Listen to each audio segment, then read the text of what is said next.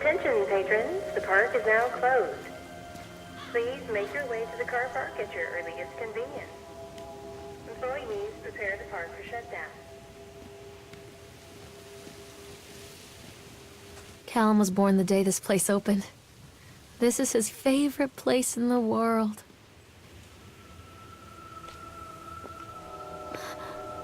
What?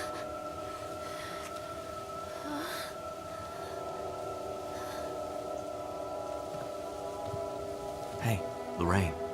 Lorraine. Don't blame yourself, Lorraine. People lose things all the time. Take a deep breath.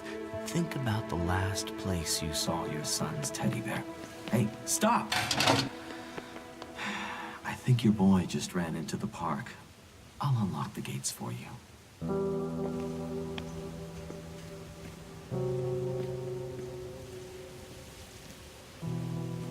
Wait up there for Mommy, Callum. Over here!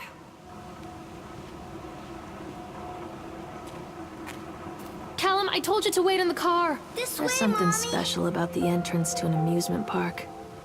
A line drawn between the real world and the world of whimsy within. On this side, the apathy of our everyday lives. And on the other, anything we might dare to dream. It's no wonder Callum ran back inside. I wouldn't want to leave either. Attention, employees. The park is now closed. Have a safe journey home.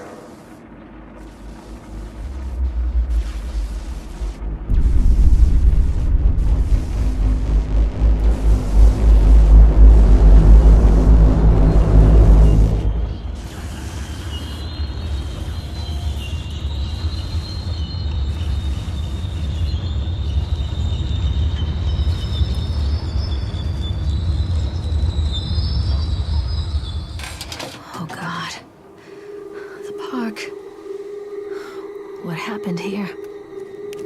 You can't catch me.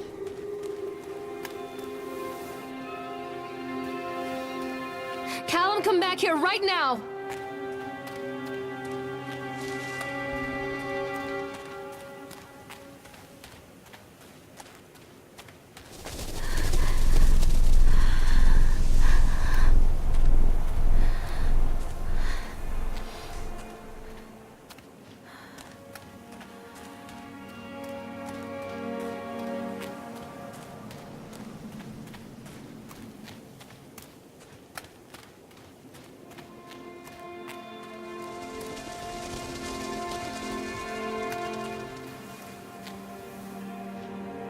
I think this belongs to Callum.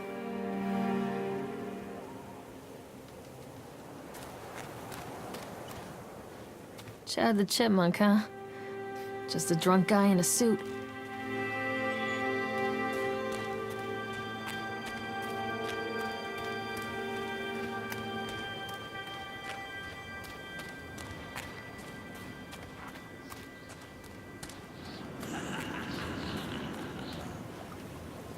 Callum, stay where you are!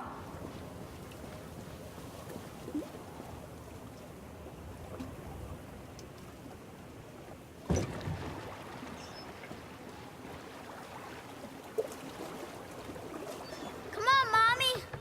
Where are you?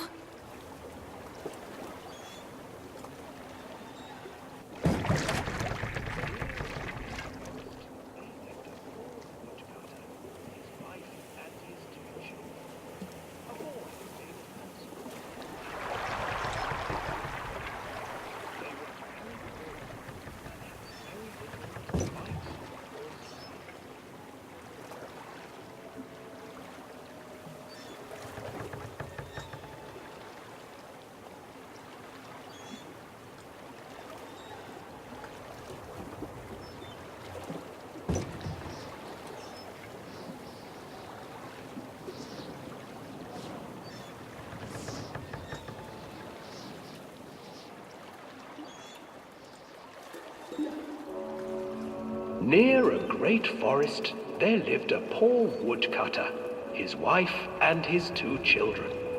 A boy named Hansel and a girl named Gretel.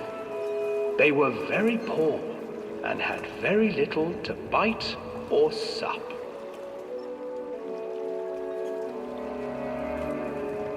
"What will become of us?"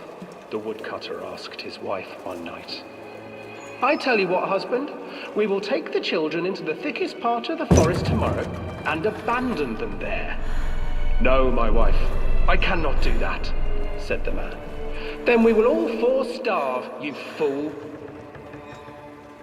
Hansel and Gretel overheard their parents talking, and Gretel began to weep. "Do not fret, Gretel," Hansel said. He crept out of the hut and gathered white stones from the ground to fill his pockets.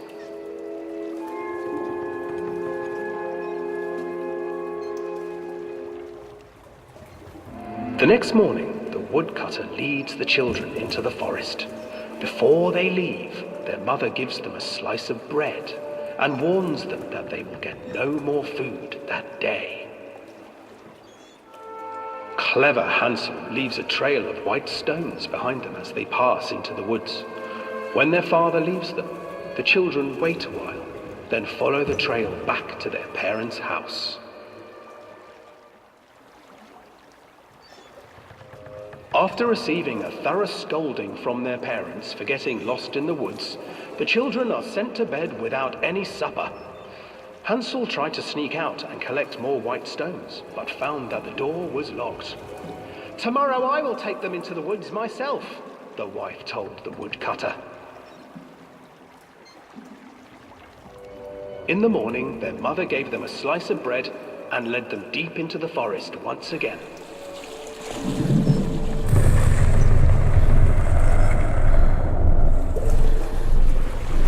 Hansel broke his bread into pieces and left a trail of breadcrumbs to lead them safely home.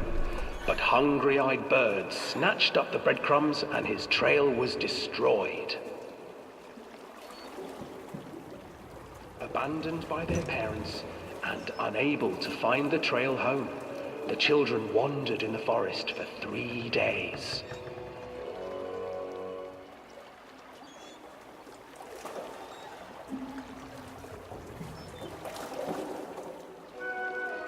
The children stumbled into a clearing with an exceedingly strange house. Its walls were made of gingerbread, and its windows were panes of clear sugar. Hansel, desperately hungry, ran forward and began to nibble on the walls.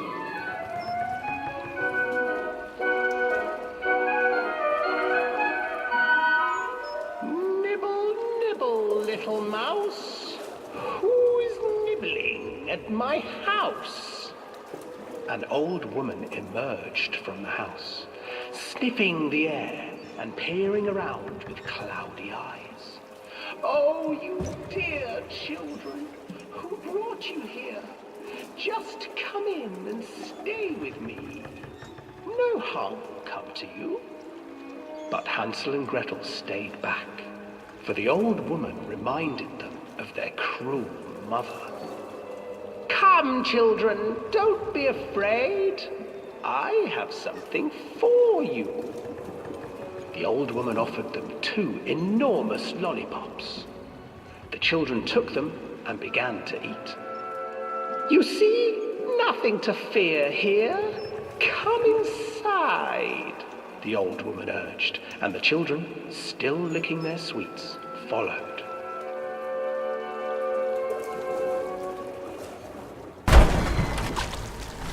Once inside the house, the old woman changed. She stuffed Hansel into a cage and put Gretel to work, sweeping and cleaning her hut. "Your brother will make a good mouthful," the old witch told Gretel. "Once he is fattened up, I shall feast upon him."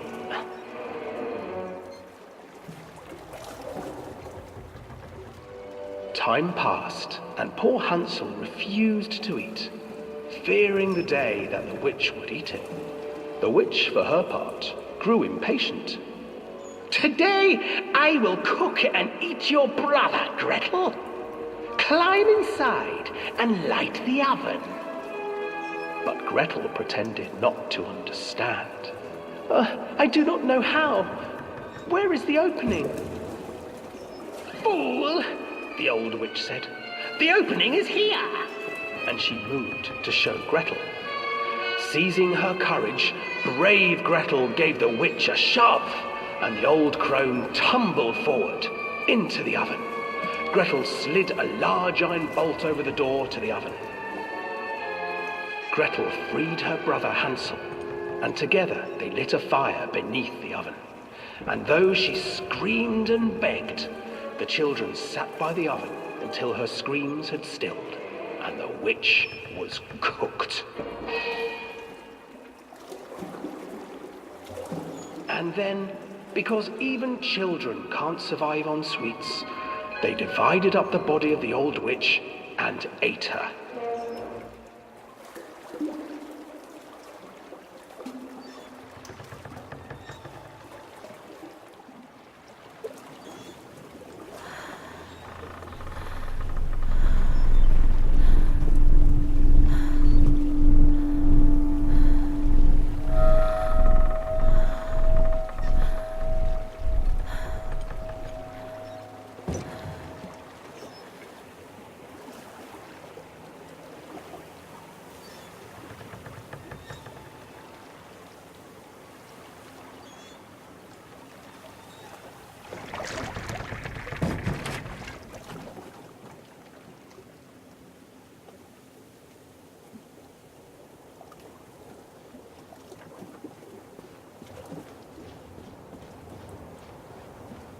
Hansel and Gretel. I used to read it to Callum when the electricity was shut off. Those poor children. The whole world against them. The forest, the birds, the old witch, even their own parents. I used to imagine that Callum and I were the kids in that story. Not mother and son, but brother and sister, hand in hand against the unkind world. We were always hungry, looking for our own house made of candy. Looking for the sweetness that could take the pain away. Hunger leads people to desperate, terrible places where the tree branches reach like claws.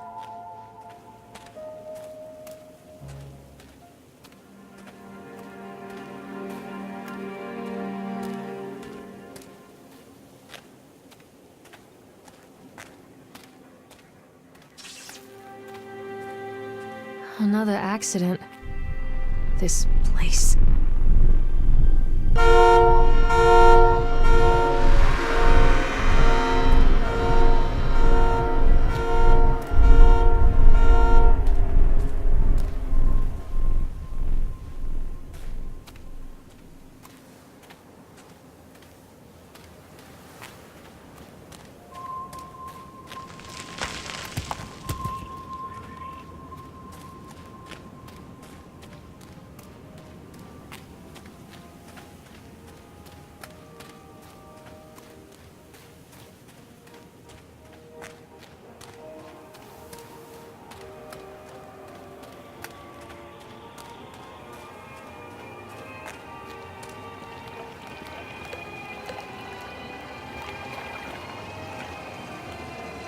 This old thing used to make the blood run to my head. Make me dizzy. The guy just snapped. Those poor kids.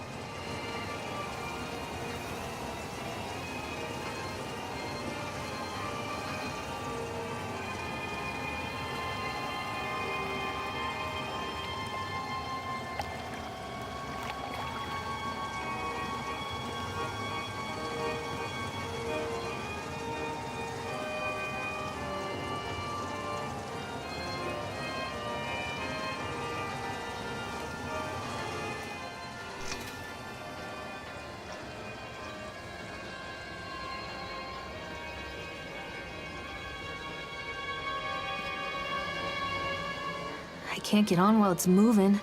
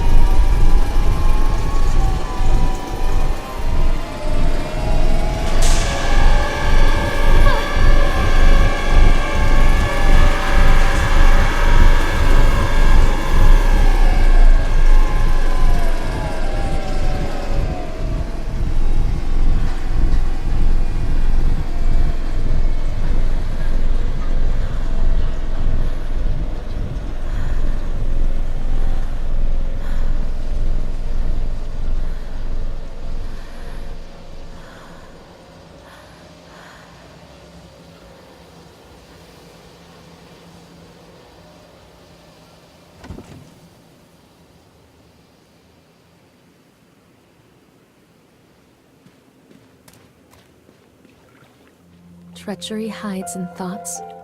Treachery that lashes like a whip and scars our insides. The first time I saw Callum, my thoughts betrayed me. I looked down at this wrinkled, red, bawling thing and I thought, is that it? We build our world from expectations, and the world that I had built for Callum was no different. He was so real, so there, and so far from my expectations. They shattered, and as they fell in pieces, that one treacherous thought became a new foundation. All of the love that we shared, all of the warmth and goodness that followed, built on a single, traitorous thought.